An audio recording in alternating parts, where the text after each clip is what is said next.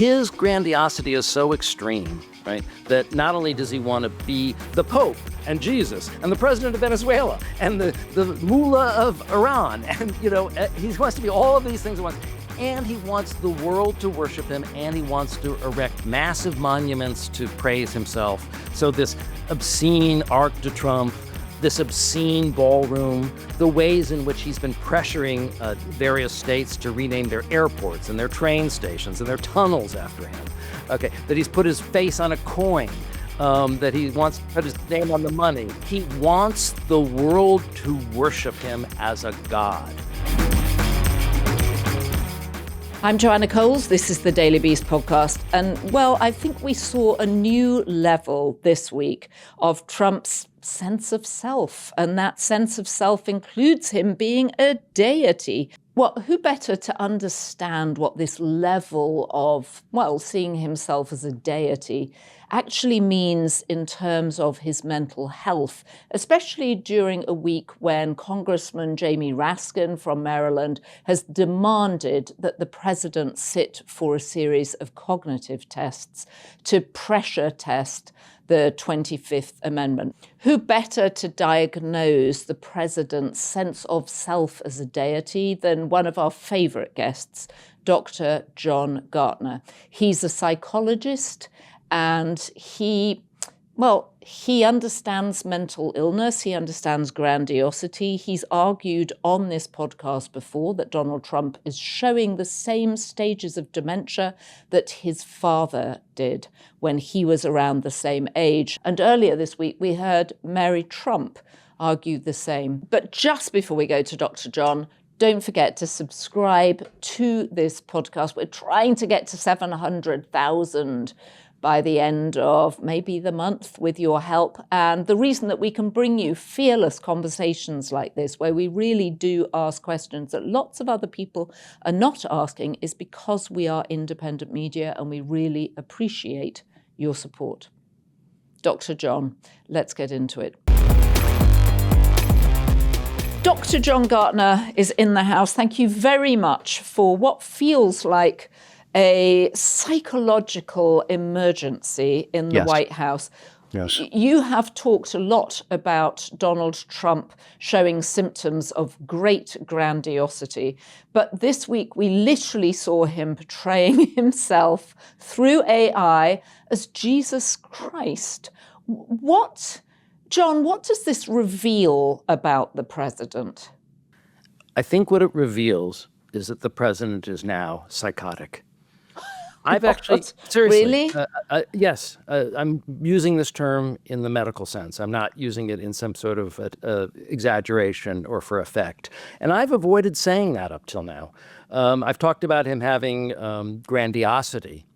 But actually, Eric Fromm, who originated the diagnosis of malignant narcissism, said at a certain point, malignant narcissists become so grandiose that it's psychotic, that they have delusions of grandeur.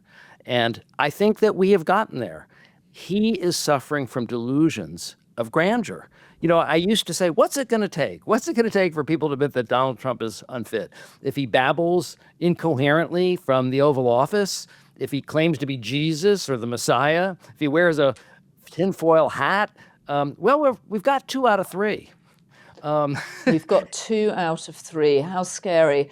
And can you give us an official diagnosis of what being psychotic means? Because I think people throw around these terms. You're hearing, he's a psychopath, he's a sociopath.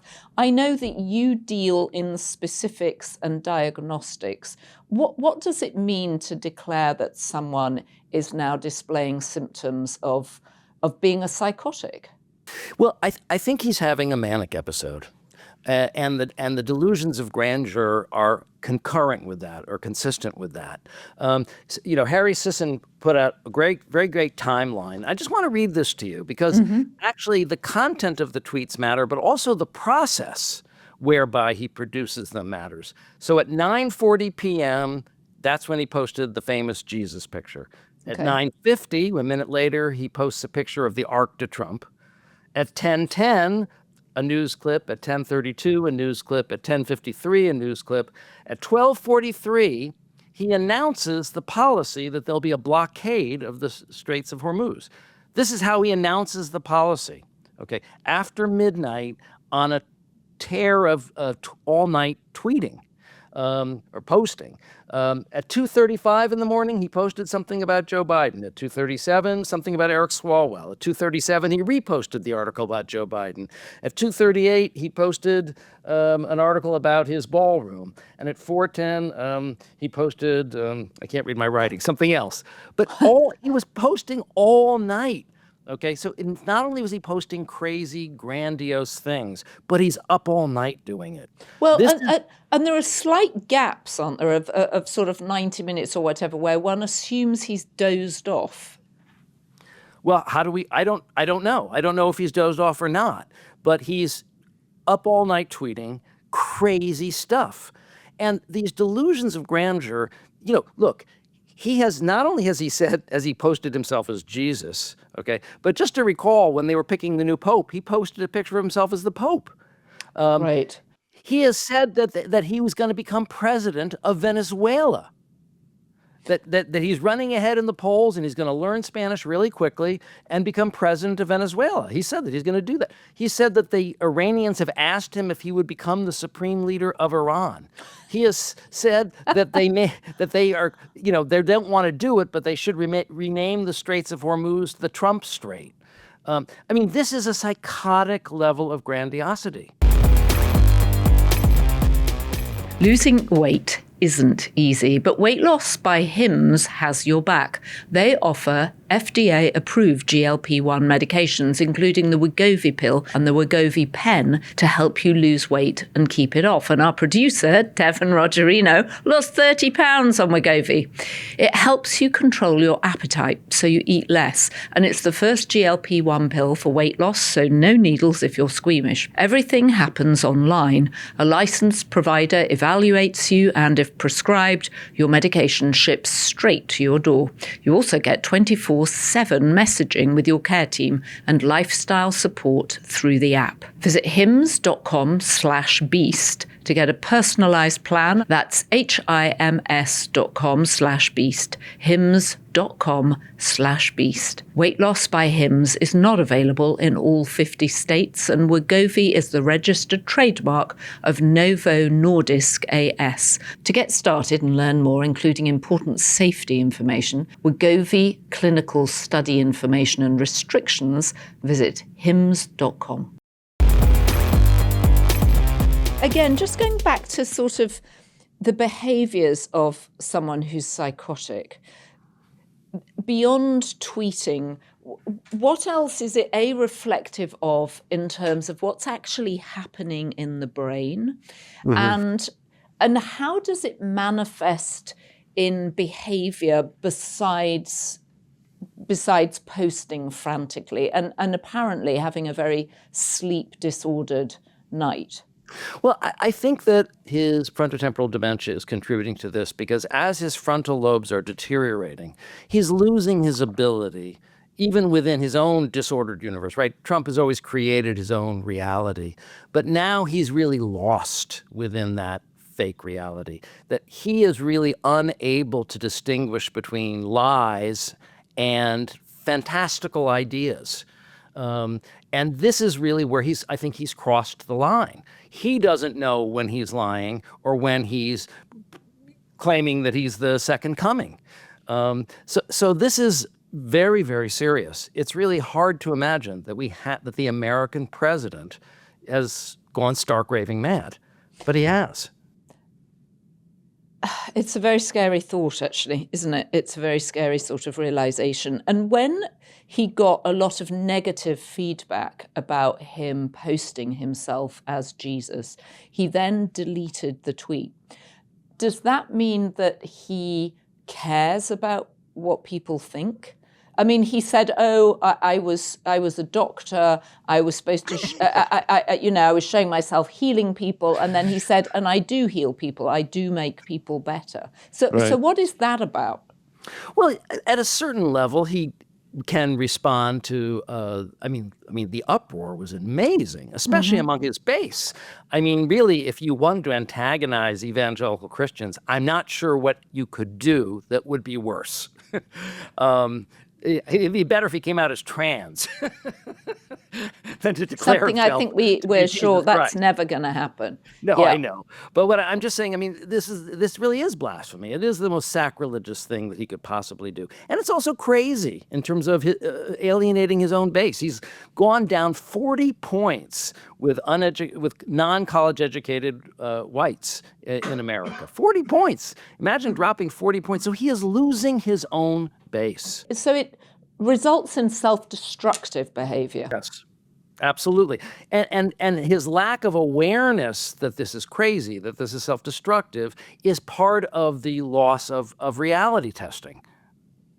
So Jamie Raskin, the congressman from Maryland this week, Yes. asked for cognitive tests. He said it's time that the president... Absolutely.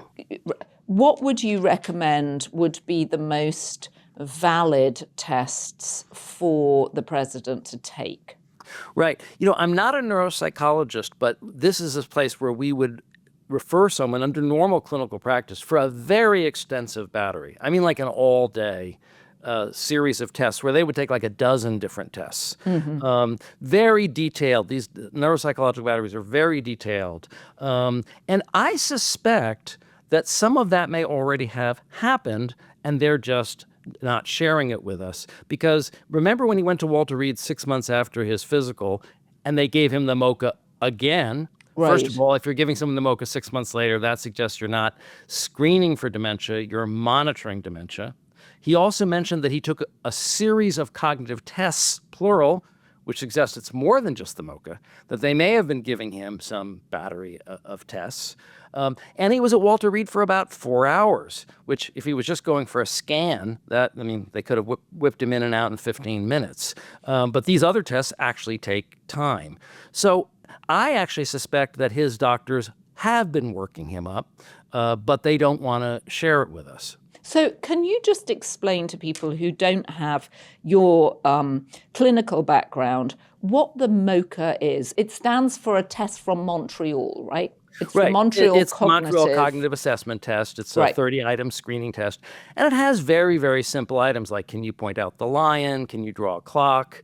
Can you repeat a few numbers backwards? Of course, we've said this many times. It's nothing to brag about that you've passed it. That's sort of like bragging that Right. you passed the roadside sobriety test. Right. Well, I know Michael Wolff and I tried to do part of the MOCA and we remembered briefly and then we immediately forgot everything. It was harder than I think either of us had expected. So Right, remembering those 5 words can be hard. Right, and we definitely weren't bragging about it. We were like, oh my goodness, we have older mental ages than we expected. So from, the Democratic congressman's point of view, Jamie Raskin, Yes. asking for these, are there specific things that the president could do to reassure us that he might be in on the joke, presenting himself as Jesus Christ? I mean, is there a way for him to come back from what does feel like manic behavior? I don't think he's capable of that. The next day, yes, he took down the tweet of him as Jesus. The next day, he posted Jesus and putting his arm around him and in some celestial light. So, in other words, what that implied is, okay, so I'm not Jesus, but I'm Jesus' prophet.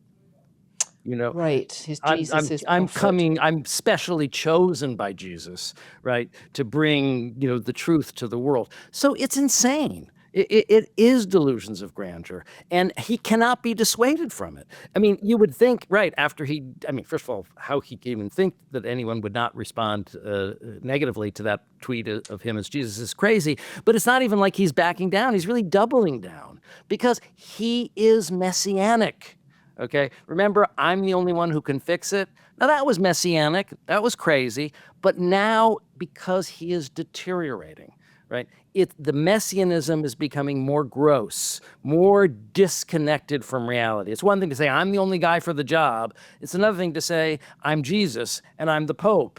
And I'm, that's that's psychotic. And they're delusions, meaning they're not amenable to being disproven. The definition of a delusion is something that is patently false or impossible, and the person is not amenable to any level of argument or facts to dissuade them from it. He believes that he's the messianic one, and no one is going to convince him that that's not true. So this is really serious. So you mentioned that he might be having a manic episode. What does that comprise of? Well, lack of sleep, and also lack of inhibition, acting out. Now, I think it's because he's so complicated, there's so many things going on. His energy level is flagging, I think, because of the dementia and because he's not sleeping, but he is overactivated. He can't really reach a state of calm, right? So he's agitated at night and then he's passing out during the day, but he is in a state of overactivation where he actually believes these fantastical, grandiose ideas. And that's just incredibly shocking. The other thing that's happening is, because he is a malignant narcissist, he's getting a thrill out of war. He's discovering that he can get a dopamine rush from blowing stuff up. And the way he's been talking about war, has that quality of a serial sadist. He said to Jonathan Karl, "How do you like the performance?" When talking about Iran. And then he said, the U.S. military is looking forward to its next conquest. I mean, this is glee. He's usually it's like the most serious thing that a president can do, and they weigh it very thoughtfully.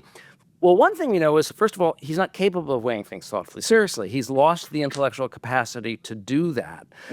And that's reflected in the fact that he can't say the same thing twice about Iran, in terms of why we went, what we're doing, when we'll know when it's time to go. A lot of people on TV, a lot of comedians have been juxtaposing all of his different statements, right? And there's like a dozen different statements, none of which are consistent with each other, some of which actually contradict each other.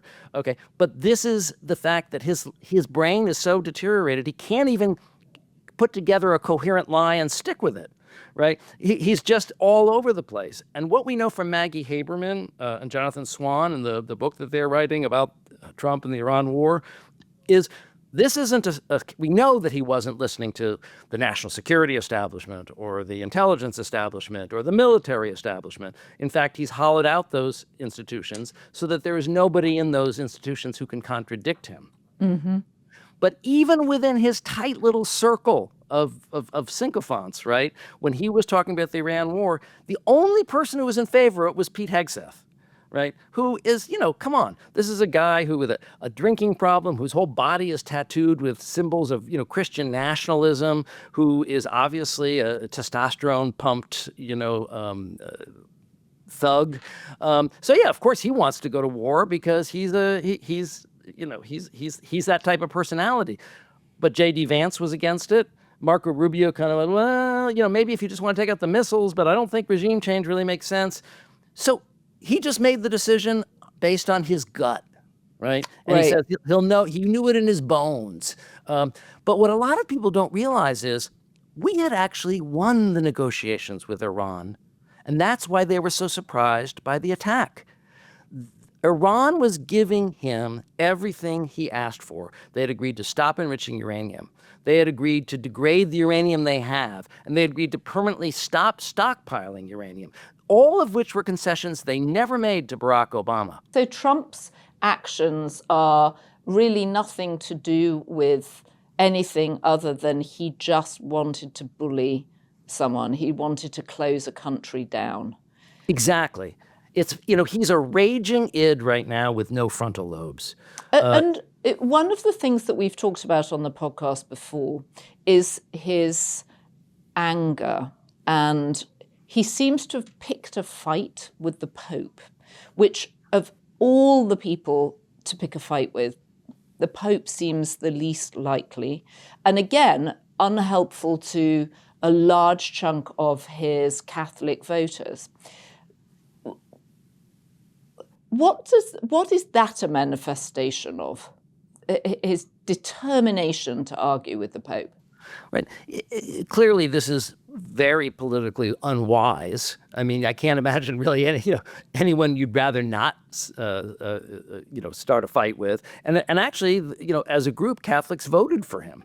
So again, he's attacking his own base. But this is the self-destructive, mad quality to his malignant narcissism that nobody can stop, right? That he's destroying himself, but he's taking the world with him. I think that's really important to understand. When Hitler realized he'd lost the war, right, and he went into the bunker to kill himself, he issued a famous order that wasn't followed called the Nero Decree. He told Spears, burn all the ports, all the factories, destroy everything. And then Spears said, well, if I destroy everything, all the Germans will die. He said, so what? All the good ones are dead already.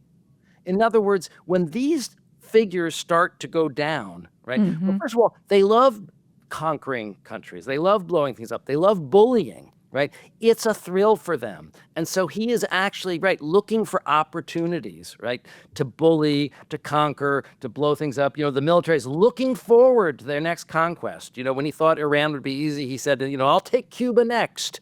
So this is really Hitlerian, right? He's like trying to sweep across the globe, right? Conquering country after country, right? This is a Hitlerian kind of impulse.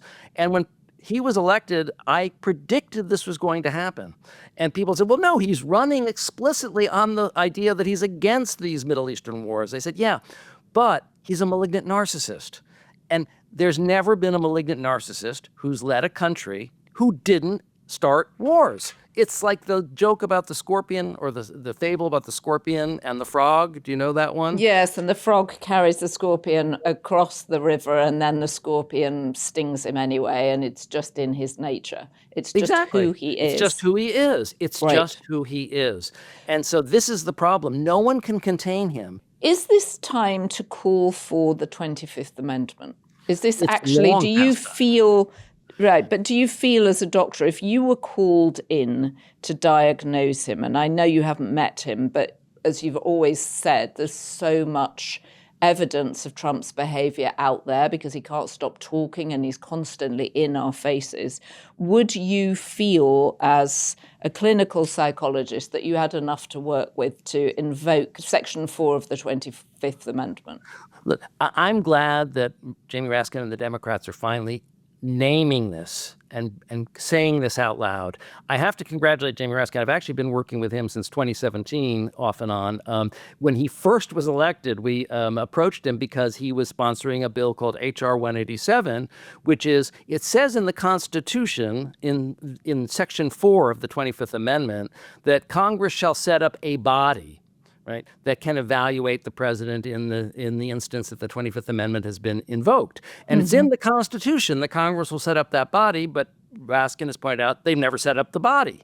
So his whole thrust since 2017, what he's introducing now is really something he's been working on now for 8 years, is let's set up the body. And the body should have physicians, psychiatrists, psychologists, in other words, experts who can assess the president, not from a distance, but close up, to determine if he is competent. I can tell you that I would bet the lives of all my children that if that body was set up, and if they were invoked, and if they assessed him, they would find him to be non-compos mentis and not fit to serve in the office of president, and they would remove him. Of course, we know politically this isn't going to happen because J.D. Vance has to invoke the 25th Amendment, and either the cabinet has to go along with it, and if he fights it, then 2/3 of the Congress has to go along with it. So it's in a way, it's just a gesture. But on the other hand, at least we're speaking the truth to power and acknowledging that, yes, compared to King George, this guy's a model. King George would be a model of mental health compared to this guy. We have a mad leader. The problem is we don't have, on paper, we have the mechanism for getting rid of him, but in reality, we don't. And if someone with the diagnosis that you say Donald Trump has, which is he's psychotic, he's a malignant narcissist, and he's now got full-on dementia, do they become violent if you try and take away their power and take away the thing that gives Absolutely. that feeds them. Absolutely. Well, I mean, first of all, malignant narcissists rule by violence and intimidation and fear to begin with. They're bullies. They're gang leaders. So it's that's their métier. But certainly, if they feel threatened, they wouldn't hesitate. And this is the problem, which is, the more threatened he feels. Right? And clearly, he must be feeling the walls closing in on him to some degree. He's dropped 40 points with his base. Even the evangelical Christians, are outraged. The Epstein files aren't going away, and gas prices are up, and all this is going to be true during the midterm election. But the problem is, we've got him right where we want him. We've got a cornered, wounded animal. Well, that's not where you want to be. A cornered, wounded animal is the most vicious and dangerous kind of animal there is. And that's where he is right now. So what I'm worried about is even if we win both houses of Congress, he's still the commander-in-chief, and he's still getting off on the omnipotent destructiveness and power of blowing things up. So we're not going to be able to stop that. We can impeach him. We can, send the trial to the Senate. We can pass resolutions. We can start investigations. He still is the commander-in-chief, and he's going to use that to dominate and potentially destroy the world, because he is someone who has the kind of psychology, like Hitler in his Nero decree, that he could very well blow up the whole world and take all of us with him. I remember I was having dinner Tuesday night with a colleague. That was the Tuesday we had the deadline. If by 8 o'clock or whatever it is, you don't, agree to my terms if we're going to destroy a civilization.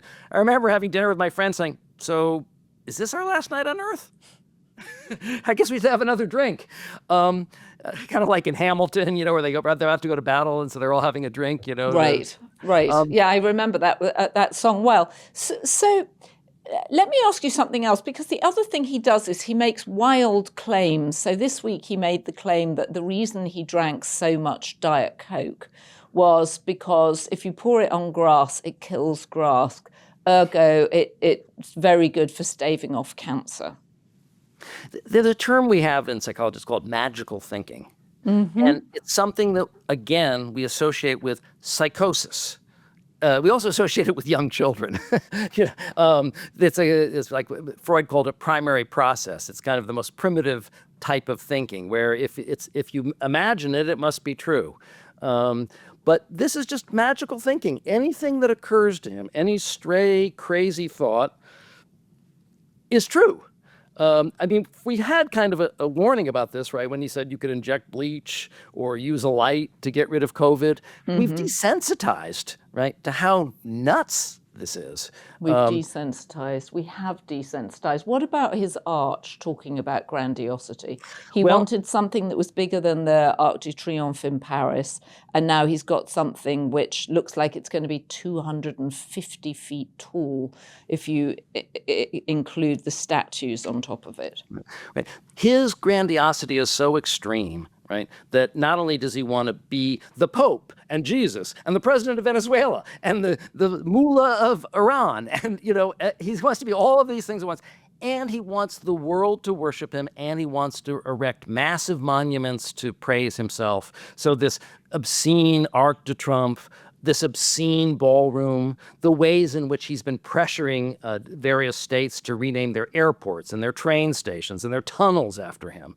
Okay, that he's put his face on a coin. That he's got banners on the Right, he's got banners on all the government buildings. He's got banners on all the government buildings. He wants the world to worship him as a god. This is like the Sun King. We're getting back to the beginning, him posting images of himself as Christ, which, as you say, suggests the president is psychotic.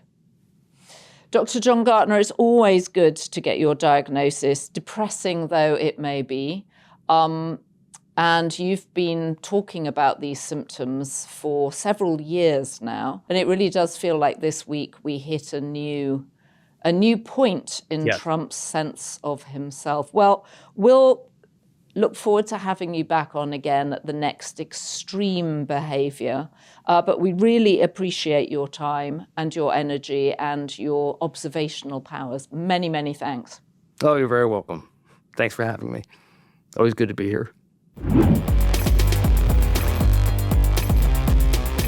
Well, it's really most alarming, isn't it? I mean, on the one hand, it seems funny that we have a president who would post pictures of himself as a Christ-like figure. But then when he's also bombing a country at the same time, it's hard to reconcile them.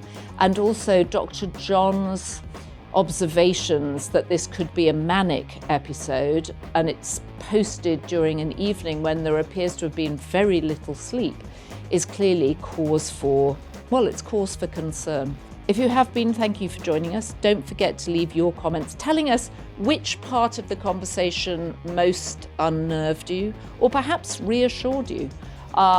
We love to hear from you, and I find reading the comments incredibly helpful in terms of understanding there are other people out there who feel as concerned, certainly as I do, and I know a lot of our guests do, and my co-host in Inside Trump's Head. And Michael and I will be back tomorrow with Inside Trump's Head. Don't miss it. So the good news is we have so many B-Beast tier members now. There are too many names to read out, and we really appreciate your support. Thanks to our production team, Devon Rogerino, Ryan Murray, Rachel Passer, Heather Passaro, Neil Rosenhaus.